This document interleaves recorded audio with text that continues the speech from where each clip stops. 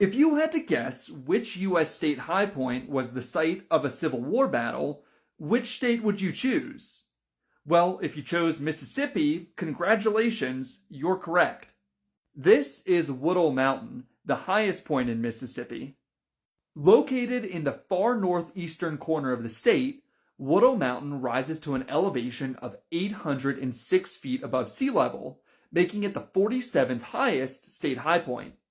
While this likely doesn't sound like much, it's actually a significant increase over the elevation of the three lowest state high points in Louisiana, Delaware, and Florida. Woodall Mountain also has more topographic relief than those high points, as it rises more than 200 feet above the surrounding landscape. But clearly, Woodall Mountain wouldn't be noteworthy at all, at least from a geographic standpoint, if it wasn't the highest point in the state. Instead, the most interesting thing about the mountain is actually the fact that it was the site of a Civil War battle called the Battle of Iuka.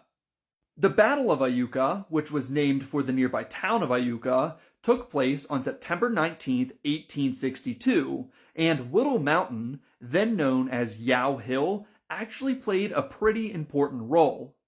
You see, Union soldiers used the summit of the mountain as a base from which to launch artillery barrages onto the town of Iuka, which was occupied by the Confederacy. Ultimately, this higher ground proved beneficial as the Union prevailed in the battle. But if you want to visit Woodall Mountain today, more than 160 years later, then it's pretty easy to do so. You simply need to hike or drive a roughly 1-mile road that gains about 200 feet of elevation all the way to the summit. Once at the summit, you'll find a bench, a marker shown here, as well as a high-pointing registry and views of the surrounding landscape. Would you visit Woodall Mountain? Let me know in the comments and be sure to follow for the remaining 46 state high points.